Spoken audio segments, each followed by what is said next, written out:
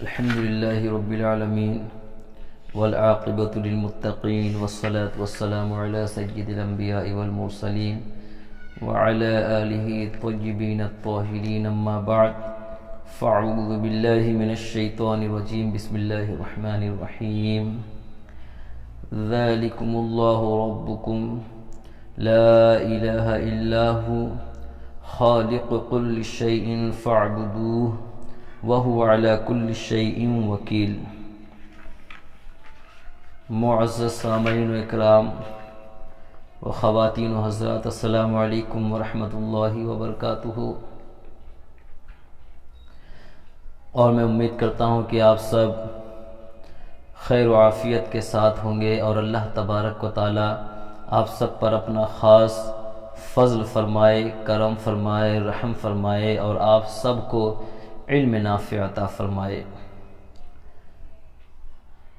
آج پھر میں نئی ویڈیو کے ساتھ حاضر ہوا ہوں۔ اگر آپ میرے چینل پر نئے ہیں تو میرے چینل کو لائک کریں، سبسکرائب کریں اور زیادہ سے زیادہ شیئر کریں تاکہ لوگ علم دین زیادہ سے زیادہ سیکھ سکیں۔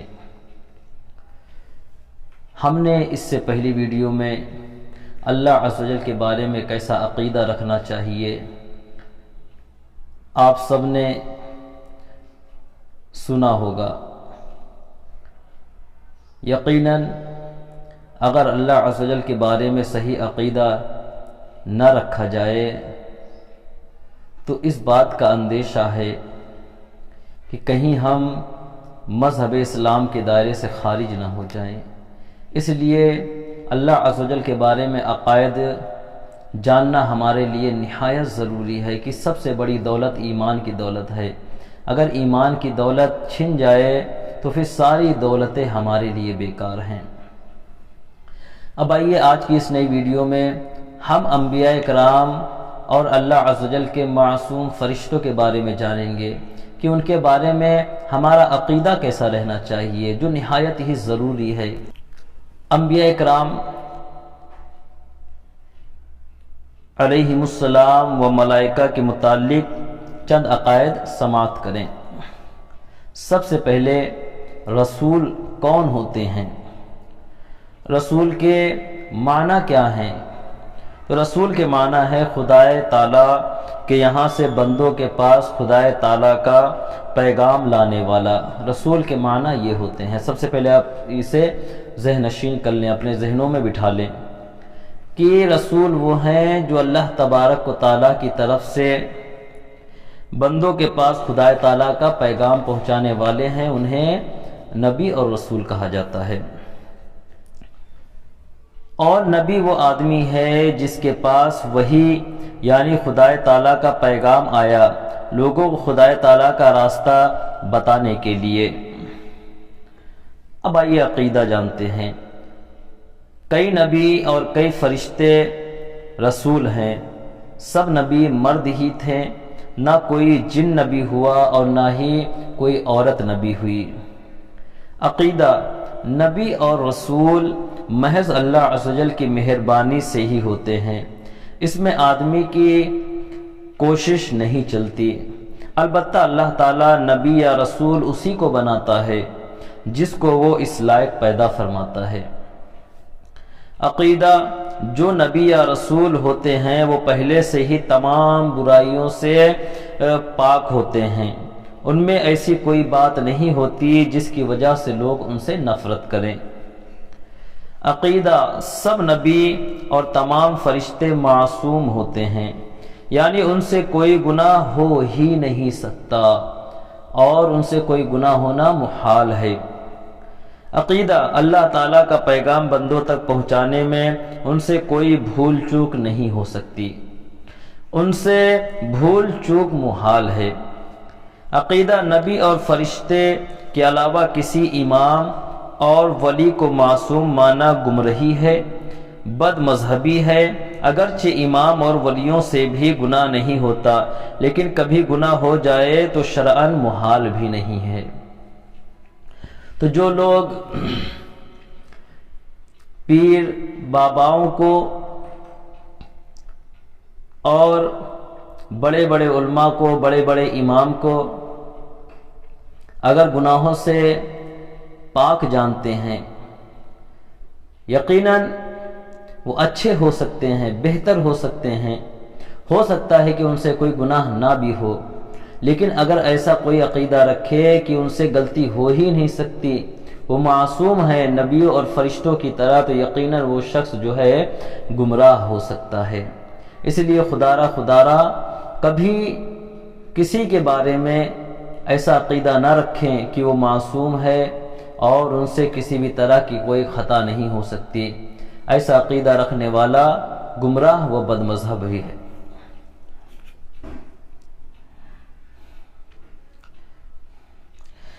عقیدہ اللہ عز و جل کی تمام مخلوق میں نبی سب سے افضل ہوتے ہیں۔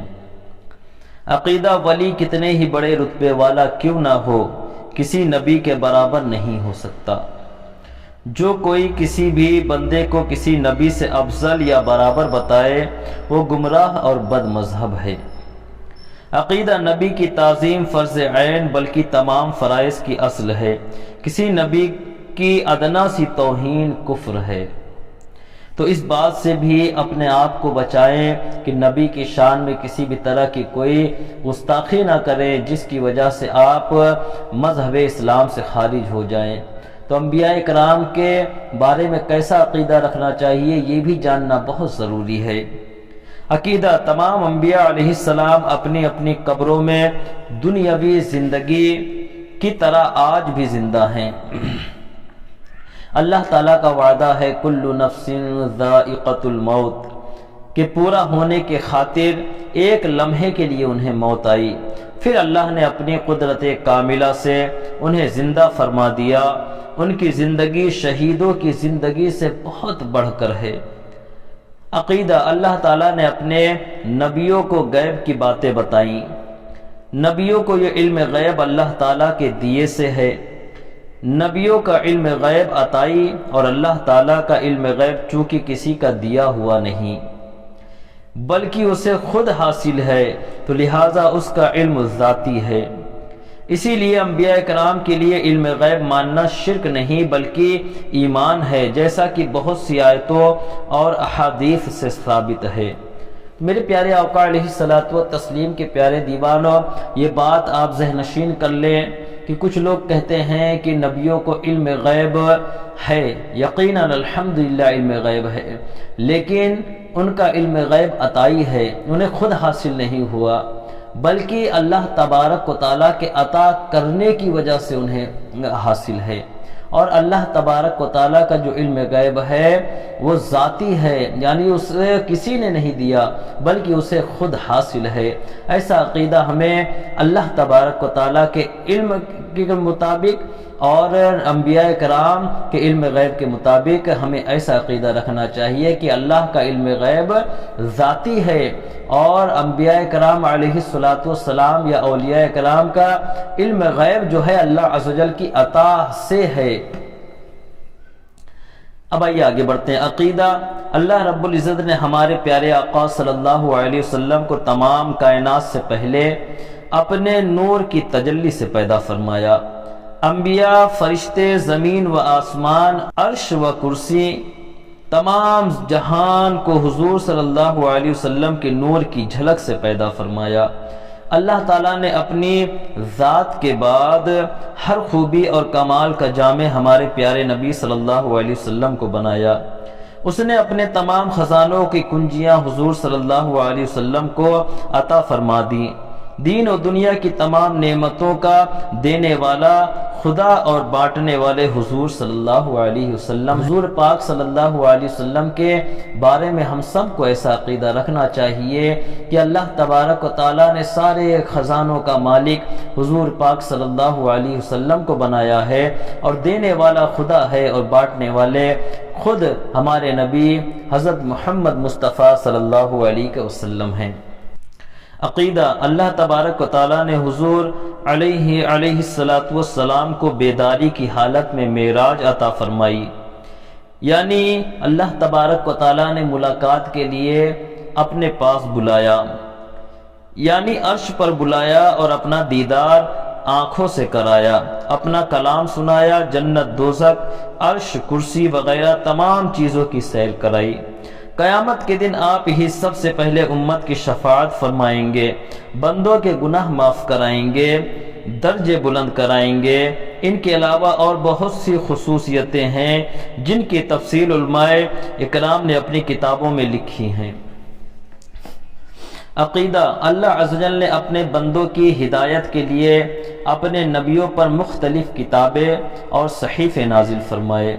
حضرت موسیٰ علیہ السلام پر توریت نازل فرمائی، حضرت داؤد علیہ السلام پر زبور اور حضرت عیسیٰ علیہ السلام پر انجیل نازل فرمائی، اور دیگر نبیوں پر دوسری کتابیں یا صحیفے نازل فرمائے۔ ان نبیوں کی امتوں نے ان کتابوں کو گھٹا یا بڑھا دیا اور اللہ تعالیٰ کے احکام کو بدل ڈالا۔ تب اللہ تبارک و تعالیٰ نے ہمارے پیارے آقا صلی اللہ علیہ وسلم پر قرآن پاک نازل فرمایا۔ قرآن پاک میں ہر چیز کا علم ہے۔ قرآن پاک ابتدائی اسلام سے آج تک ویسا ہی ہے جیسا نازل ہوا تھا، اور ہمیشہ ویسا ہی رہے گا۔ اس قرآن پاک پر ایمان لانا ہر شخص پر لازم ہے۔ اب نہ کوئی نبی آنے والا ہے اور نہ کوئی کتاب آنے والی ہے۔ جو اس کے خلاف عقیدہ رکھے وہ مومن و مسلمان نہیں کہ اب کوئی کتاب دوسری نازل ہوگی یا کوئی دوسرا نبی پیدا ہوگا۔ اگر کوئی ایسا عقیدہ رکھے تو یقیناً وہ مسلمان مومن نہیں۔ عقیدہ فرشتوں کے بارے میں: فرشتے اللہ عز و جل کی نوری مخلوق ہیں۔ اللہ تعالیٰ نے انہیں یہ طاقت دی ہے کہ جو چاہیں بن جائیں۔ فرشتے اللہ تعالیٰ کے حکم کے خلاف کچھ نہیں کرتے، نہ جان بوجھ کر نہ بھول کر، اس لیے کہ فرشتے معصوم ہوتے ہیں۔ اللہ تعالیٰ نے بہت سے کام فرشتوں کے سپرد فرمایا ہے۔ کوئی فرشتہ جان نکالنے پر، کوئی پانی برسانے پر، کوئی ماں کے پیٹ میں بچے کی صورت بنانے پر، اور کوئی بندوں کے نامہ اعمال لکھنے پر مقرر ہیں، وغیرہ وغیرہ۔ عقیدہ: فرشتے نہ مرد ہیں نہ عورت ہیں، بلکہ وہ نوری جسم کی مخلوق ہیں۔ فرشتوں کا انکار کرنا، ان سے غلطی ہونے کا امکان ماننا کہ فرشتے غلطی کر سکتے ہیں، یہ سب جو ہے گمراہی کے جملے ہیں، اور انسان اگر ایسا عقیدہ رکھے ایک مسلمان تو یقیناً وہ بھی گمراہ و بد مذہب ہے۔ تو میرے پیارے آقا علیہ الصلاۃ والتسلیم کے پیارے دیوانوں، میں امید کرتا ہوں کہ آپ سب کو انبیاء اکرام کے بارے میں کیسا عقیدہ رکھنا چاہیے آپ سب کو سمجھ میں آ گیا ہوگا۔ آپ سب اس ویڈیو کو زیادہ سے زیادہ سنیں اور اپنے ذہنوں میں بٹھائیں کہ ہمیں انبیاء اکرام کے بارے میں، اولیاء اکرام کے بارے میں، فرشتوں کے بارے میں اور اللہ تبارک و تعالیٰ کے بارے میں کیسا اور صحیح عقیدہ رکھنا چاہیے۔ تو انشاءاللہ ہم جو ہے پھر کبھی انشاءاللہ گمراہ نہ ہوں گے، بلکہ ہمیں یہ تمام چیزیں معلوم ہوں گی، تو ہم غلطی سے بھی جو ہے انشاءاللہ غلطی نہ کر پائیں گے، اور انشاءاللہ ہم شریعت مطہرہ کے مطابق اپنی زندگی کو بھی گزار سکیں گے۔ تو اس لیے خدا را ان تمام چیزوں کو یاد رکھیں، اپنے ذہن میں رکھیں، تو انشاءاللہ دنیا بھی تبدیل ہو جائے گی اور انشاءاللہ آخرت بھی ہماری سنور جائے گی۔ آئیے اللہ عز و جل کی بارگاہ میں دعا کریں کہ اللہ عز و جل ہم سب کو کہنے سننے سے زیادہ عمل کرنے کی توفیق عطا فرما، ہم سب کے تمام چھوٹے بڑے گناہوں کو معاف فرما، ہم سب کو صحیح عقائد کے ساتھ اپنی زندگیوں کو گزارنے کی توفیق نصیب فرما، ہم سب کو علم نافع عطا فرما، ہم سب میں جو لوگ پریشان حال ہیں ان سب کی تمام پریشانیوں کو دور فرما، جو خطا کار ہیں اپنے فضل سے ان کی خطاؤں کو معاف فرما، اور جو بیمار ہیں انہیں شفاء کلی عطا فرما، اور ہم میں سے جتنے بھی والمؤمنین والمؤمنات گزرے ہیں مولا اپنے فضل و کرم سے ان سب کی مغفرت فرما، ان کی قبروں کو حد نگاہ تک کشادہ فرما، مولا ہمارے مرحومین کی مغفرت فرما، ہم سب کو دونوں جہاں کی خیر و عافیت عطا فرما، اس دنیا میں جب تک رکھ ایمان کے ساتھ رکھ، اور جب بھی اس دنیا سے اٹھا ایمان کے ساتھ اٹھا، ہماری زبانوں پر آخری وقت کلمہ طیبہ جاری فرما، اپنے پیارے محبوب صلی اللہ علیہ وسلم کی سچی پکی محبت ہمارے دلوں میں پیدا فرما، اور ہم سب کو اپنے پیارے محبوب صلی اللہ علیہ وسلم کی شفاعت نصیب فرما، اپنے پیارے محبوب کے ہاتھوں سے جام کوثر پینا نصیب فرما، ہم سب پر اپنا خاص فضل فرما، کرم فرما، رحم فرما، وما علینا الا البلاغ المبین۔ السلام علیکم ورحمۃ اللہ وبرکاتہ۔